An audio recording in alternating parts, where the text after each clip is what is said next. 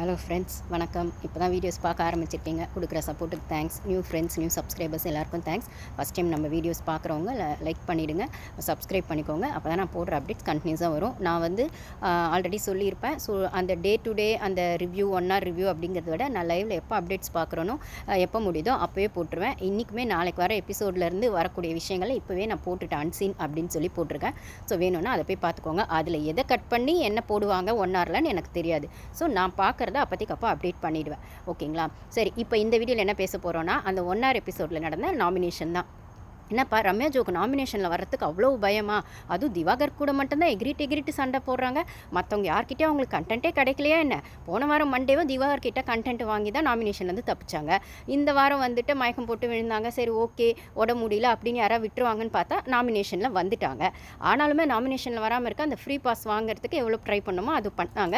இருந்தாலும் ஓகே வந்துட்டாங்க. பட் ஆனால் அவங்க நாமினேஷனில் வர அவ்வளோ பயப்படுறாங்களா அப்படின்னு சொன்னால் இது மட்டும்தான் விஷயமா அப்படின்னு கேட்டால், நைட்டு பார்த்தீங்கன்னா லைவில் எல்லாம் அந்த இதெல்லாம் ஆனதுக்கப்புறம் நான் ஒரு வீடியோ போட்டிருப்பேன்.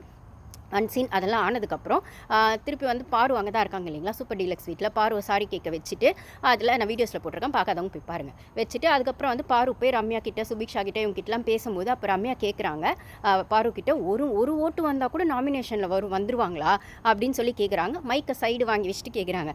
அகெயின் அவங்க நைட்டில் வந்துட்டு அந்த ரகசியம்லாம் பேசும்போது பிக் பாஸ் சொல்லிகிட்டே இருக்காரு, மைக் போட்டு பேசுங்க, மைக் போட்டு பேசுங்கன்னு. அப்போ அகெயின் மைக் போட்டு பேசுங்கன்னு வார்னிங் பிக் பாஸ் கொடுத்தோடனே, அப்போ எனக்கு தூக்கம் வருது பிக் பாஸ், நான் தூங்குறேன் அப்படின்னு பெட்ஷீட் இழுத்து போட்டு தூங்கிட்டாங்க. ஸோ ரகசியமாக அவங்க வந்து கேட்குறாங்க பாரு கிட்ட, ஒரு ஓட்டு வந்தால் கூட நாமினேஷனில் வந்துருவோமா அப்படின்னு. ஸோ ஓட்டே வந்து நாமினேஷனில் வரக்கூடாது, இல்லை நாமினேஷன்லேயே வரக்கூடாதுன்றவங்க இந்த கேமுக்கு ஏன் வந்தாங்கன்னு தெரியல. ஸோ நாமினேஷன்லேருந்து தப்பிக்கிறதுக்காக ஸ்ட்ராட்டஜி வந்து ரம்யா ப்ளே பண்ணுறாங்க அப்படிங்கிறத நான் ஆல்ரெடி என்னோட வீடியோஸ்லையும் ஷார்ட்ஸ்லையும் போட்டிருப்பேன். வீடியோஸில் மோஸ்ட்லி போட்டிருப்பேன். ஸோ ஆனால் நிறைய ஷார்ட்ஸில் பேச முடியாதுங்க. நானும் எவ்வளோ தாங்க பேசுறது, ஷார்ட்ஸில் ஸ்பீடாக பேசினாலும் ஓரளவுக்கு தானே பேச முடியும். எல்லாம் 1 hour எபிசோடையோ இல்லைனா நடக்கிற எல்லா கண்டென்ட்டையும் நான் வந்து கடகடன் 3 நிமிஷத்தில் பேசணும்னா நானும் எவ்வளோ ஸ்பீடாக பேசுறது. ஸோ வந்து வீடியோஸ் போய் பாருங்கள். ஸோ நாமினேஷனில் தப்பிக்கிறதுக்காக தான் ஸ்ட்ராட்டஜி ரம்யா ப்ளே பண்ணுறாங்க. இப்பயுமே ஒரு சண்டை வந்து திவாகர் கூட அங்கே தான் ஏய் அப்படின்ற மாதிரி பேசினாங்க. என்ன தான் இருந்தாலும் அவர் வயசுக்கு ஒரு மரியாதை இல்லை. அவர் இரிட்டேட் பண்ணுறாரு. ஆனால் அவர் டாக்ஸிக்னு நான் சொல்ல மாட்டேன், இரிட்டேட் பண்ணுறாரு. அதை விட மோசமாக வந்து டாக்ஸிக் பண்ணுறவங்க, சைலன்ஸ் இலாவலி பண்ணுறவங்க நிறைய பேர் இருக்காங்க. அதே மாதிரி இன்றைக்கி எபிசோடில் விஜய் பார்வை வந்து இப்படி பண்ணாங்க அப்படி பண்ணாங்க அப்படிலாம் சொல்லும்போது அவங்க எல்லாரும் பண்ணுறதுக்கான ரியாக்ஷன் தான் பண்ணுறாங்களே தவிர அவங்கள ரியாக்ட் பண்ண விடுறதுக்கான ட்ரிகரான விஷயங்கள் அங்கே நிறைய நடக்குது. அதில் முக்கியமாக அந்த எஃப்ஜே பண்ணுறதெல்லாம்.